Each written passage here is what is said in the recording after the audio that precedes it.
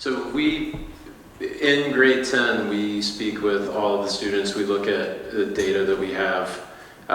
We look and speak to teachers about how students have done in their classes to see what we would recommend a student, with the path that a student would take, whether they do the full diploma, which would be the most challenging, but would also be, offer the most options for students, or if we want to think more about doing a U.S. high school diploma, which is less challenging, but doesn't mean that there's no other, no options going forward. I have a U.S. high school diploma, so there are colleges you can go to. I think sometimes parents worry that if their child is not doing number one, number three is not as good of an option, or not an option that will lead their child to success. And I think that's important to know. So in order to graduate, we have a requirement of 22 credits, which you can see in grade 9 and 10. Students receive 8 credits per class that they're taking and the classes that they pass. In grades 11 and 12, they receive 6 credits, and this is only because the courses that they're taking, the 6 courses that they're taking in DP, are counted as one class over 2 years, which is why there's a bit of a discrepancy there. So this breaks it down a little bit. In grades 9 and 10, the 8 subjects that they would be taking, the courses they would need to pass in order to get the 8 credits. That's part of the 22 credits in total. So after grades 9 and 10, if a student passes their classes successfully, then they'll have that 16 credits that will lead them into the DP. So these are the courses that all students would take, no matter what route that they choose, whichever diploma that they choose. The 6 courses that they'll take, and this is over a 2-year time period, this is where they'll receive 1 credit for these classes. And this gives a bit more, for option number 1, the student needs to get at least a 2 to pass the course. We're talking about passing and receiving credit. Their passing grade is a 2, so that's what would earn them a credit for the high school diploma.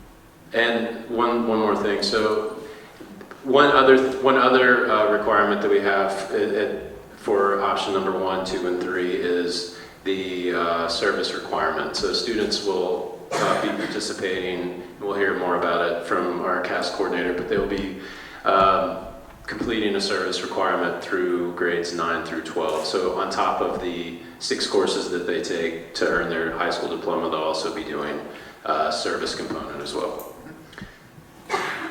And so in the way that we are able to issue the U.S. high school diploma is through our NEASC accreditation and through the requirements that the student meets for the high school diploma, which is what gives them this U.S. high school diploma. So the first option that we talked about. So through conversations that your student will have with myself and Mr. Laurent, the conversations that we will have with you as well, we hope to help guide your student to the path where they'll be most successful.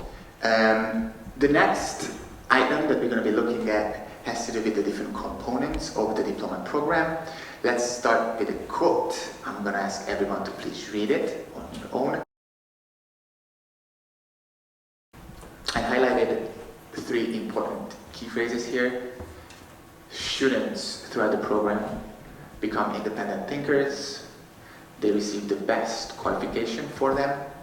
And finally, they become all-round thinkers. Okay. So the diploma program is a 2-year international education program that prepares students for university and, as mentioned, higher education in general. It was established a long time ago to provide students with a balanced education and to facilitate geographic and cultural mobility. It was created by teachers at the Engineering School of Geneva, in Switzerland, with assistance from several other international schools at the time. And since then, innovative and committed teachers like our ISD DP teachers and examiners from all around the world have played a very significant role in the development of the program. Currently there are more than 5,600 DP schools, IB schools in the world, and more than 3,000 of them have the DP as well. What skills are in high demand that universities and eventually companies require? What traits and features should our students, grade 9 and 10 students, cultivate to become suitable candidates for universities? There is an umbrella term, we call them 21st century skills. Those are the ones that are on that chart. Among them you will find collaboration, teamwork, communication, social responsibility. I brought this for something. Look, isn't it cool? Self-management, leadership, and so on and so forth. So these are those skills that essentially our students will need to further foster and develop in order to become even more successful.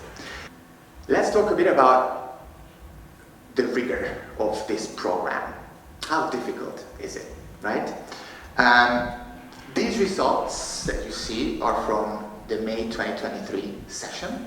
Okay, altogether there were 90,765 DP candidates worldwide, and 76.67% of them obtained the IB diploma. That means that just a bit more than 20% did not.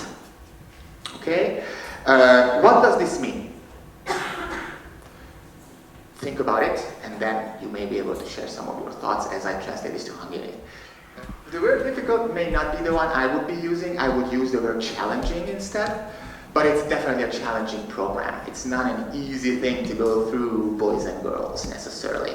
Just a side note, before you wonder, before you start asking, regarding the 2020, 2021, and 2022 results, in order for you to just very quickly understand why the results were higher during the last 3 examination sessions, you should know that from March 2020, the IB in most countries and schools cancelled in-person exams due to the dangers posed by the pandemic, right, by the COVID-19 pandemic.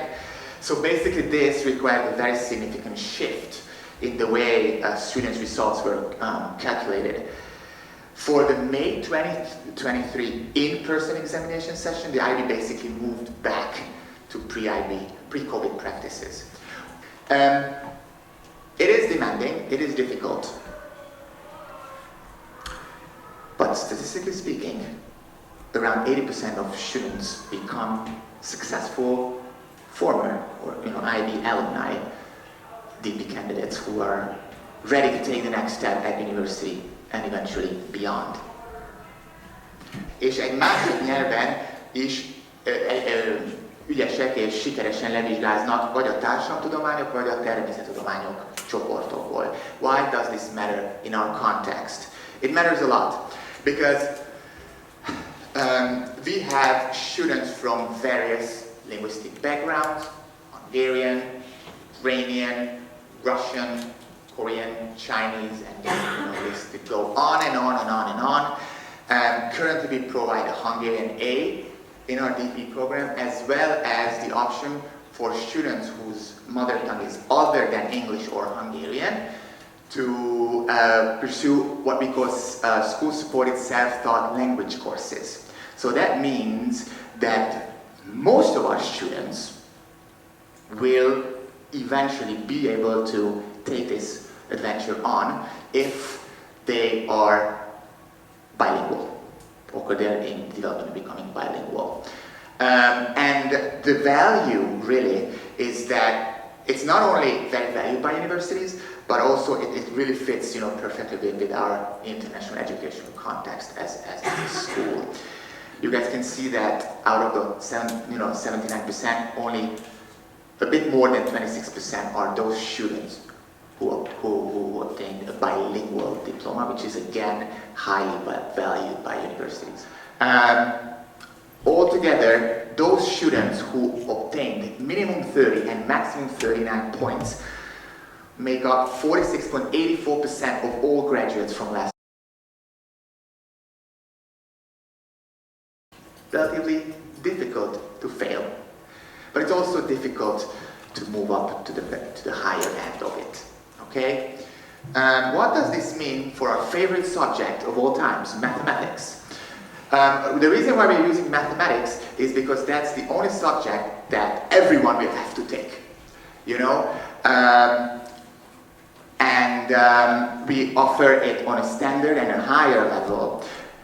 What's valuable information here, as you will see it, is that last time, during May 2023, altogether, all of those students who took math on a standard level gained a 4 or above. That's 76% of all DP candidates, 4 or above, which is great. You know, on a higher level, it's 82.4%. So that means, 4 above, we're going to be talking about that magical 4 number very soon. That means that most students who go through this program with rigor and with self-direction and with support from the school will most likely earn the full diploma. Okay? So the question really here, what do our students need to succeed? What will get them there? What will make them fall within that range that we just looked at, 30 and beyond? Well, the first and foremost thing that I want to mention is a well-rounded and balanced, you know, preparatory process, which we call the middle years program. Most of our students go through the MYP here, so by the time they get to the DP, they will be able to develop those approaches to learning skills that are listed there, which will eventually enable them to take that, you know, toolbox of skills and put them in action by transferring that skill, you know, that set of skills, knowledge, understandings, and even dispositions to succeed within the framework of the DP. Okay? Okay.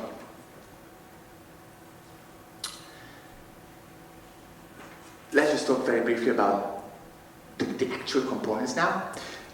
Students engage with a range of subjects. I'm going to be using this. These are the subjects over here. Subject groups, sorry. From each of these, students take at least one.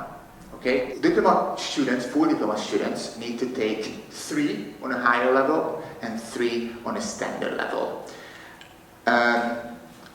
On top of that, those students who want to obtain the full diploma, they need to meet some additional requirements. We will be talking about the DP core very soon and see how that core becomes an essential component in order to become a successful IB student. For us to understand how to get the diploma, we created an oversimplified list of 4 essential criteria. You need to take 6 subjects, 3 on a standard, 3 on a high level at ISD. Earn a total of at least 24 points. Minimum 12 of those have to come from high level subjects. There are additional criteria we're not going to look at now. Plus, you need to pass the minimum requirements of the DP core, the extended essay, creativity, activity, and service, and the TOK. And the most important one is not to plagiarize, not to cheat. And that is by far the most important one I want you to take away with you, students, today.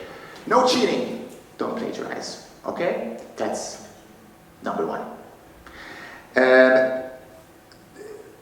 These expectations obviously should be clearly communicated and modeled by ourselves, really, by our teachers, which we do. And you know, it's important that students, you need to acknowledge work and ideas of others. You need to make sure that you understand how to responsibly use information technology and how to observe ethical and honest practice during examinations. Okay. Let's just talk just a bit about assessment. The DP offers a range of examinations and internal assessments that give every student a chance to receive recognition for their strengths. Each DP course has internal assessments. In the case of history, my subject, over here, historical investigation, the students fully developed at school. And it also has external assessment components for standard level history, 2 different papers, external. regards to the internal assessment component, we will send to the IB a random sample of these so that they double score it. And of course, when it comes to exams, these are external examiners are the ones who grade them. Okay? The most important thing I want to highlight, the external, the weight of the external assessments is a very important one, 75%, and across the board, this is a tendency for all subjects. External examinations are crucial. There is an IB rating scale from 1 to 7. The way we report on assessment is based on that scale already for the DP here and now. The maximum points altogether is 42, plus you can get 3 bonus points if you do really well on your TOK and extended essays. The maximum is 45. That's absolutely outstanding. 1.5% of all DB candidates end up with 45 points. But basically the gist is that the higher the score, the better universities you can actually access. Okay? Finally, this is just, again, an oversimplification of our keys to success. If students, you are self-directed, if you have a good command of English and a high level of organizational skills, if your teachers, us, are knowledgeable and supportive, and if our school, ISD, has the appropriate resources and systems, you will succeed. Up next is Miss Carol. All right, good afternoon. I'm really glad to see many familiar faces from grade 9 and grade 10. I'm Miss Carol, and the following part I want to wear another hat because I'm also the CAS coordinator at ISD this year. So CAS stands for Creativity, Activity, and Service, as you can see from the screen over here. And as you can see from the word cloud over here, that it is related to student-led community engagement, self-discovery, and also it's related to the most important part, having impact on ourselves and others. So to make CAS not only exciting, but also meaningful, each CAS student follows the cycle of experiential learning, as you can see from over there, which involves planning, acting, observing, and reflection, and of course, constant participation. Yeah. So as Mr. Witt mentioned earlier, the service component is actually a continuation from the service as action that's part of the MYP program. So soon, very soon, grade 9, grade 10 students, they will be exposed to service as action across different subjects. And also that's a required component for ISD high school diploma. All right, so far everyone is kind of serious about like a DP, right? It sounds like a serious program. But the good news is that CAS is supposed to be fun and enjoyable. Okay, so here we'll further discuss the 7 learning outcomes with the parents and also students. But DP students, they stand out, not just because of the rigorous academic preparation for higher education, but also the ability to collaborate with others, to plan, and also to persevere through a plan. And also to grow and to learn consciously, and to consider ethical and global impact of everyone's action on others and also on the planet. So personally, I'm looking forward to working with all the future DP students as their CAS coordinator, and also I'm looking forward to just growing holistically together. Thank you so much. Up next is Miss Kristen. Please welcome Miss Kristen. Hello. All right, I am Kristen Hopkinson, and I am the Extended Essay Coordinator here at ISD. The Extended Essay is a mandatory component of the full DP. If you are someone who wants to take that first pathway, this is non-negotiable. If you want to take the second pathway, it's optional. So what the Extended Essay is a beast of a research project. It is 4,000 words long, which is about 25 pages worth of academic writing. But the reason that it's so amazing is because kids who do this get to do any topic that they want on any class that they love.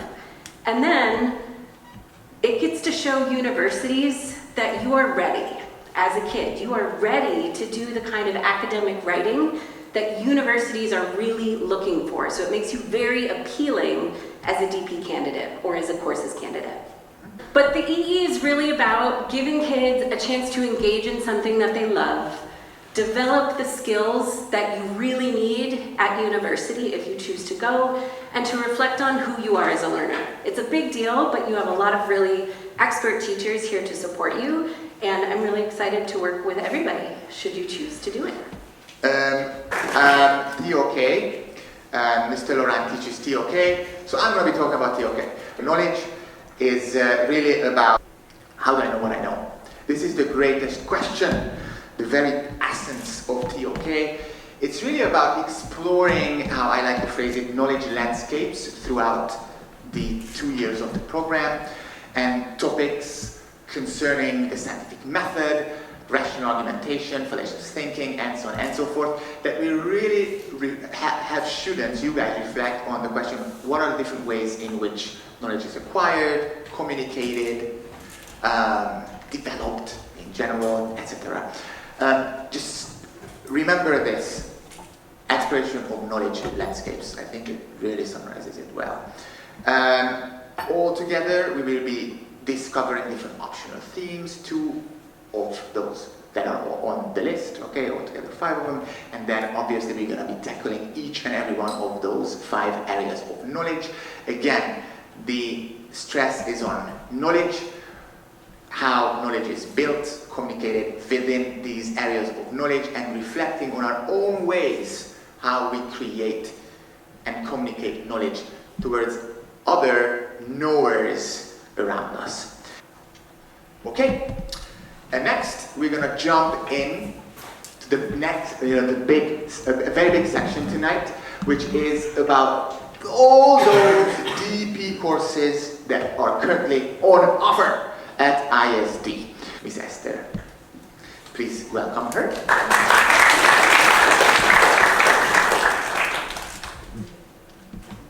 Dear all, Esther DP and I'm happy to introduce the Hungarian A literature. Thank you. Sorry.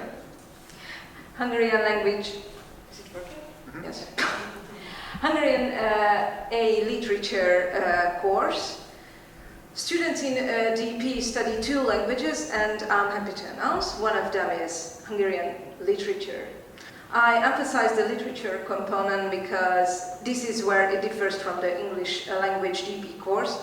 While you will learn language and literature in English, literature course is available in Hungarian.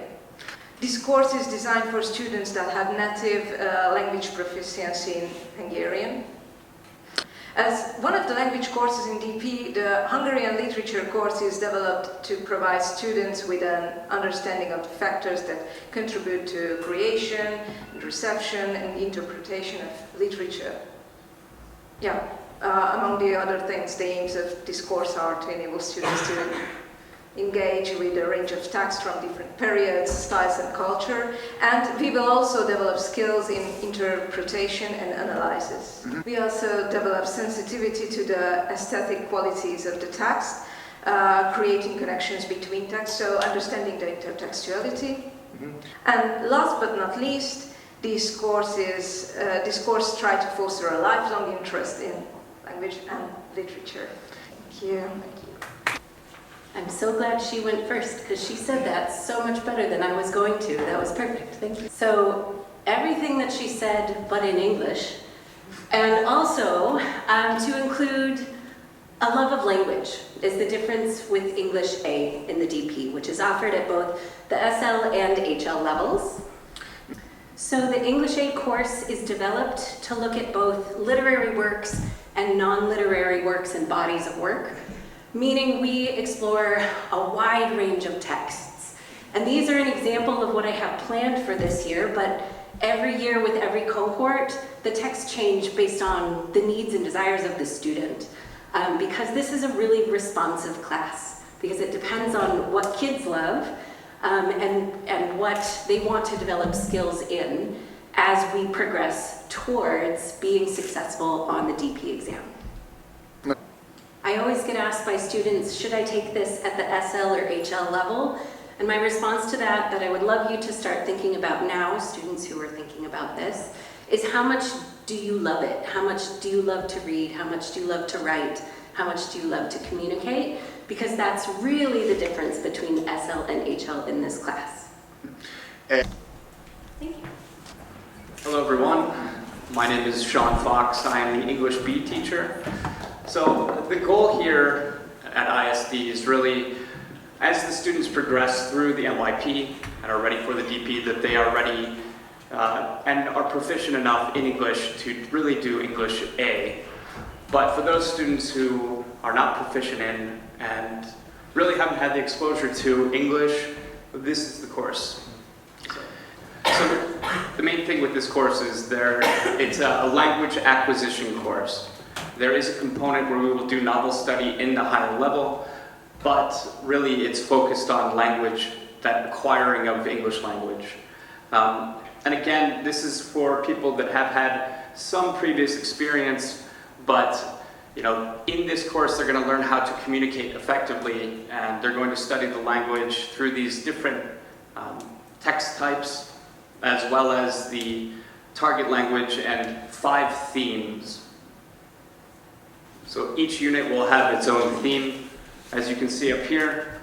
And as we explore the themes, we'll have studies in different mediums. So we'll be going through listening, writing, speaking, and really trying to use the language to acquire it and become proficient in it.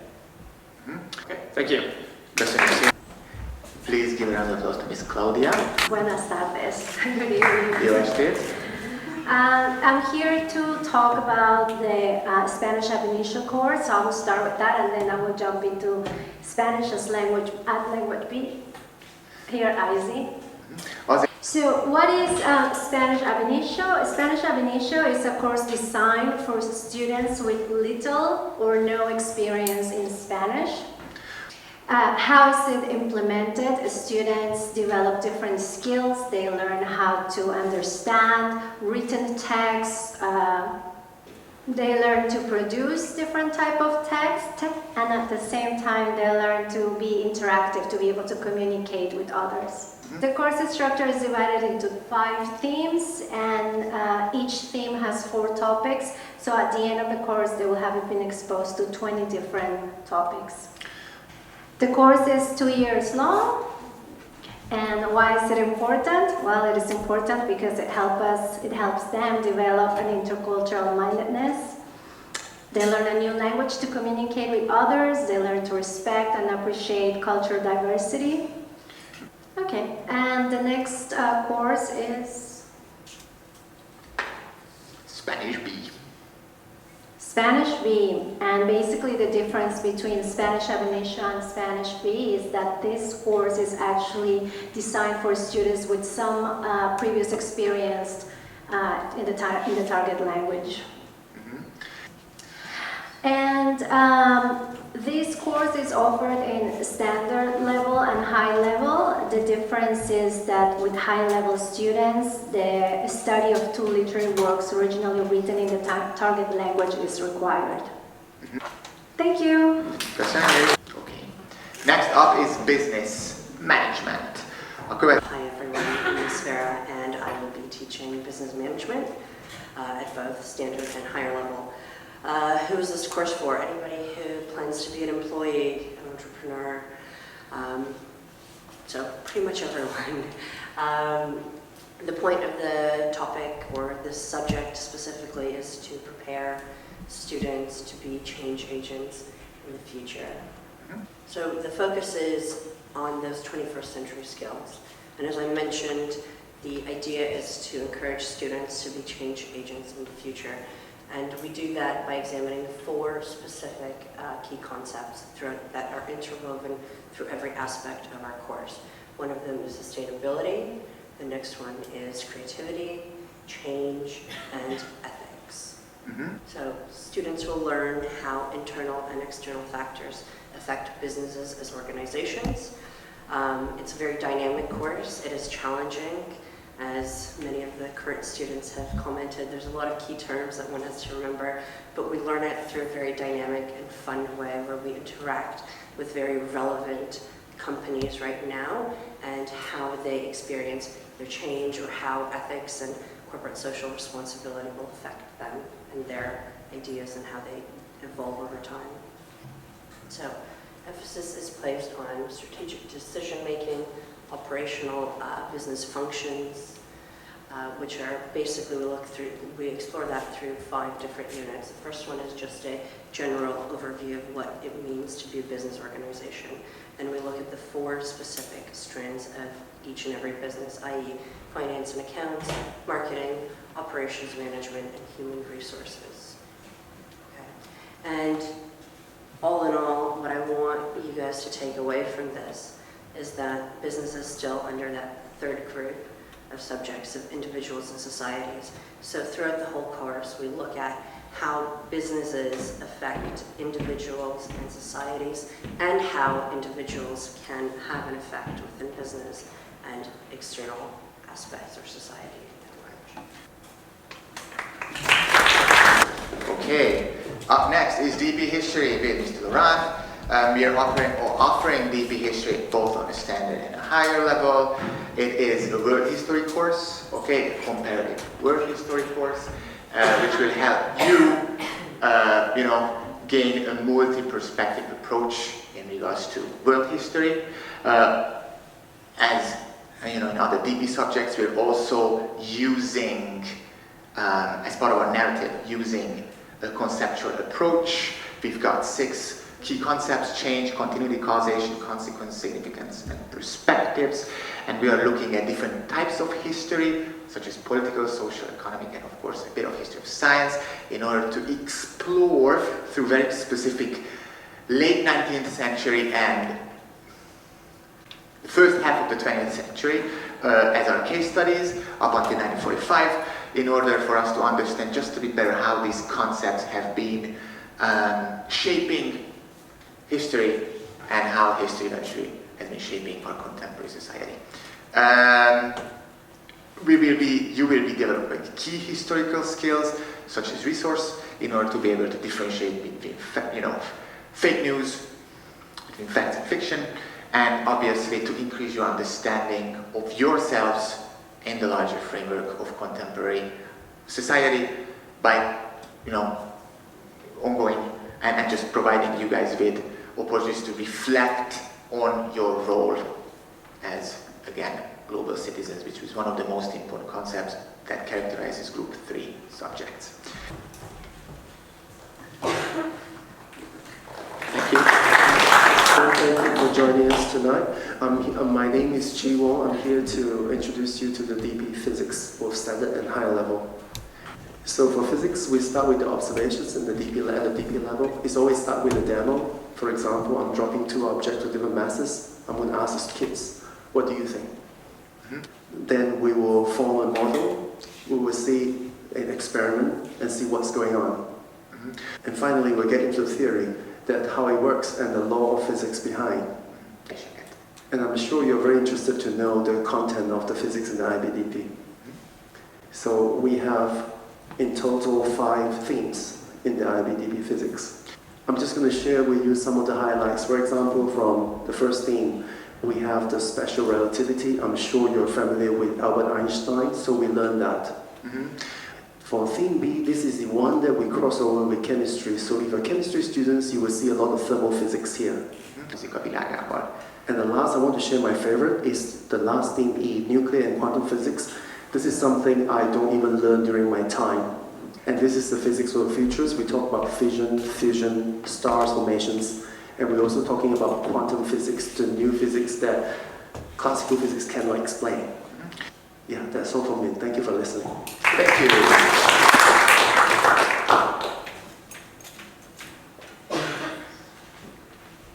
Miss Heather, please give a round of applause to Miss Heather. Alright, so I am Miss Heather, as I mentioned, and I am the DP Chemistry and Biology teacher, so I'm going to go over fairly quickly just some big overview of those classes to give you an idea. From the subject guide, I have pulled out 3 kind of major themes that we see throughout chemistry. The first one here is the identification of patterns to explain matter at a microscopic level. It's really important for us to understand how matter works at the tiniest level so that we can understand what the patterns are on a bigger scale. Second, we emphasize both creative and rational thinking because it is important for students to be able to make representative models of these tiny ideas and theories that we have, but also to be able to understand theories and these explanatory theories that we have for why things work the way they do. And I think tying back to our ultimate goal in the IB program, we have our third kind of big idea here in that we are trying to, as students grow in their chemistry-specific skills, that they're able to develop an awareness of ethical, environmental, economic, cultural, and social impacts of science. And then kind of the big overview of what we learn in chemistry. It's divided into 2 big categories. So we have the structure of things, how they are, what it is, what is chemistry, and then reactivity, how do those things interact, those small particles or molecules that we talk about. And through this, we're building strong foundational skills that help students tackle real-world scientific issues, scientific knowledge claims, and these scientific literacy skills can be applied across contexts and across subjects as well. And so choosing chemistry not only prepares students for a strong foundation in experimental sciences, but just helps them have a more accurate and practical understanding of how the world around them works. Okay. And next we'll look at DP biology, again both at standard and higher level. So there again I pulled out 3 major themes kind of keeping this pattern. And so the first big aspect of biology and what it is that it's concerned with life and living ecosystems or living systems. Biology we consider to be a highly pragmatic science that's built on observing and understanding patterns. It highlights controlled experimentation and collaboration between scientists, which helps researchers to make sense of the world around them. And similar to that goal that I mentioned for chemistry, our ultimate goal, I think, across the board is to help students become better humans. And so specifically in science, we're helping students to develop awareness of ethical, environmental, economic, cultural, and social impacts of science. And finally, looking at the biology topics that are covered, we have 4 big concepts or big themes that are covered in DP biology. And so the goal is that students are empowered to make sense of living systems, whether we're talking about a single organism or we're talking about a system or within the environment as a whole. Our goal is to have students start to understand how life works from a microscopic level to a larger environmental scale as well. And my personal hope, but I think also the hope of the IB as well, is for students to gain interest in the world around them and in some big current events such as climate change or genetic research or any other kind of controversial topics that often are coming up in current stories, news stories. I would like for students to be able to make informed decisions, informed, balanced opinions about the world around them. And so that's all I have to say about my 2 sciences that I teach, and thank you so much for listening. What is this subject about? This subject is basically about making conceptual links among various topics and skills. It's also about problem solving in various meaningful contexts and also forming mathematical arguments. So for me personally, I think taking math AA, because everyone has to take math, basically at DP level. So the goal is basically one can think critically and objectively with the content and activities provided in this course. So to go back to the goal being an IB student, I think the ultimate goal beyond IB is to become independent thinkers in this ever-changing world. So in Math AA, these are the 5 topics covered here. So as you can see from here, number and algebra, functions, geometry and trigonometry, statistics and probability, and then the highlight of Math AA is actually calculus. Alright, so to really be successful in Math AA, students they need to cultivate algebraic skills and also the ability to use technology, which including using graphing calculator, which is a good practice among grade 9 and grade 10 students at this moment. And here we can see just a quick glimpse of the assessment covered in Math AA. So as you can see from here that the difference between SL and HL student is number 1. For HL student, they're taking an additional paper 3. So paper 1 is without calculator. Paper 2 is with calculator. And in both paper 1 and paper 2, you can see a combination of short response questions and longer responses. And then paper 3, on the other hand, is only for HL students, which involves, I would say, a lot of mathematical argument skills. And then finally, the external part, that's the exploration, which in Math AA we call it IA. So that's 20% of the overall grade. So Math IA is a research paper between 12 and 20 pages, which can be challenging for a lot of DP students. So my practice this year and beyond is to prepare students from grade 9, grade 10 towards writing research paper in math. So final word, taking Math AA can be challenging, but it's definitely a rewarding journey. And I welcome all the future DP students, and thank you so much. Thank you, Ms. DP Visual Arts. Mr. Tony! All right, yeah, visual arts at ISD can be taken both at standard and higher levels. And for those who take it at higher level, it probably makes some logical sense. You might be artistically talented or visually inclined. But you might be wondering, why would I take it at standard level? Or maybe I'm not so artistically talented, why would I take art? And I'm going to tell you the reason. There's no examination. Just because there's no examination doesn't mean there isn't a level of rigor and work involved, however. Up here you can see these 3 categories quite nicely align with the 3 components of the portfolio that is submitted, and that becomes the examination.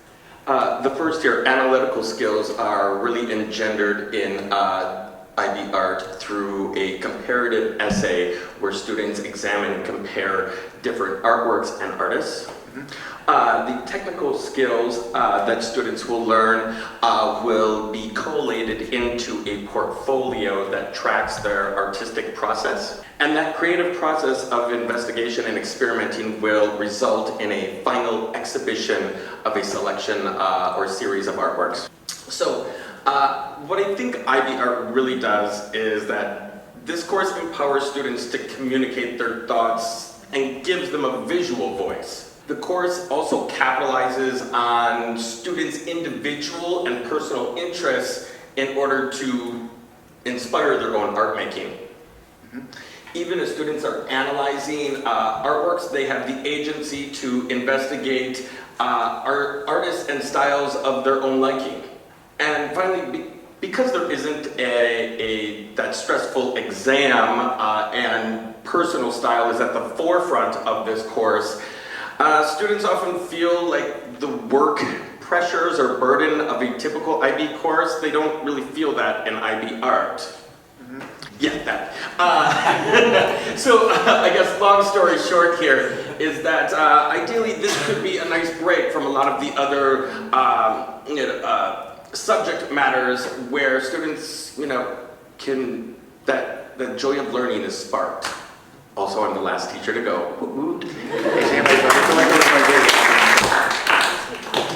Köszönjük szépen. Minutes ago. But before we end it, and before those of you who are wishing to stay to discuss some of your questions with Mr. Laurent, and before DP teachers leave, very quickly I wanted to tell you guys what some of the next steps will look like. Again, I'm not going to read this out in English, but I will in Hungarian so that people can understand. So while I read this out loud in Hungarian, please review our first term's next steps and upcoming events. Fontos dolog, dear students, actually I do want to stop here.